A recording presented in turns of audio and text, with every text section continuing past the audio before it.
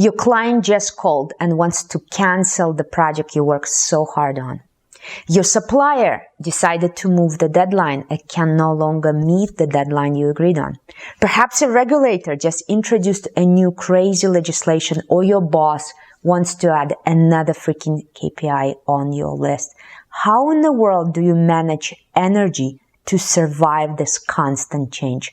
That's the subject of today's conversation. Let's go.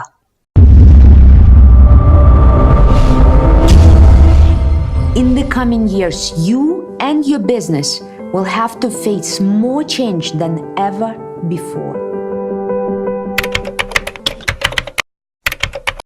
Hi, Nadia Zhiksimbayeva is here from Chief Reinvention Officer. This is the place to be if you want to turn every change and disruption into your most important opportunity. And today we're talking about the question that I got from you guys. I got this question from an amazing executive who follows me on Facebook. And when I asked him, what is the biggest challenge that you are facing when it comes to reinvention? He said, how in the world can I manage energy to survive this constant stream of crisis and disruption? And I want to give you today 3 specific strategies. This is a long conversation. We can produce 10 videos for you on this specific topic. So this is a starter kit. 3 specific strategies that you can implement immediately. So let's start with number 1. This is the strategy I use. This is a strategy many business owners, top executives, and managers throughout the world use. And that is create a protected space on your calendar where you are not putting out the fires. In my business, that's Friday. Everyone in our company knows, and that's always marked on the calendar, that strategy day is Friday. Friday, no meetings, no calls, no crazy. Unless our house is literally on fire. Absolutely nothing scheduled for Fridays.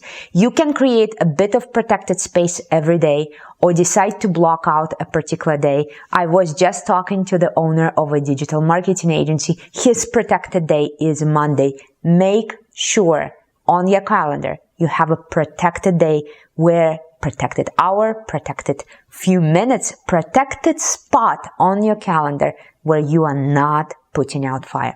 That's number 1. Number 2, give up the idea that you need to follow every single trend. Don't get me wrong. I'm big on trends, right? You've probably seen my 2019 masterclass that was all about trends. I do a lot of trend reports. I love watching trend reports, reading trend reports, and producing trend reports. Trends are important. If you want to survive change, you need to notice change long before it happens. Long before it happens. There used to be a saying, jump on the bandwagon. Today, if you see the wagon, it's too late. You are done. If you just see it on horizon, it's too late. So trends are important, but if you want to manage your energy, you cannot spot every trend at every second of every day. The idea that you need to be on top of everything, on top of every trend, is simply unrealistic. You know how much knowledge we produce today. You know how many new YouTube videos, new reports, new content, new articles, new everything is being done every day.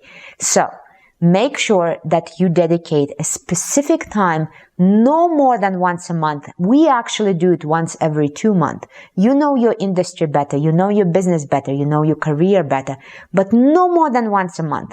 Dedicate specific couple of hours, collect all the trends, process them in your head, process them with your team or your clients, and make sure you put that aside for the next month or 2. Do not follow every trend. Do not read about every trend. Create a focus in your trend watching. And that's number 2. And finally, number 3. All of them are connected. This one is connected as well.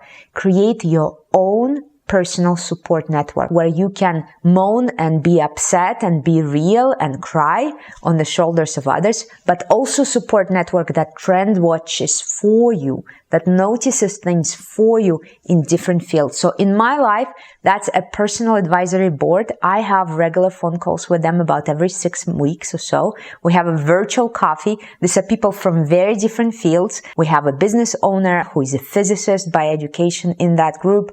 We have journalists in that group. Very different people who are helping me as I manage myself. I am the project. So create a support network. It can be not an advisory board. It can be just getting together on a regular basis with a group of colleagues. I talked again recently to a wonderful executive who says every month we have a lunch with another group of executives who are non-competitors, and we just chat and exchange ideas and help each other with different tools and solutions. Or it can be a virtual community.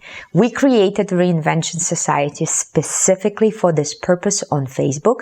It has grown significantly, and I'm always amazed how questions asked in that group get multiple of answers that I cannot possibly give. There is a wisdom in the community. There is a testing ground in the community. There's a lot of mistakes that you can learn from in the communities, but also a lot of victories. So whichever way you go, whether it's your personal advisory board, regular lunch, or reinvention breakfast, you join a virtual community like the Reinvention Society. It doesn't matter. Create a support network. Reinvention, change, surviving the speed of change is a super lonely job.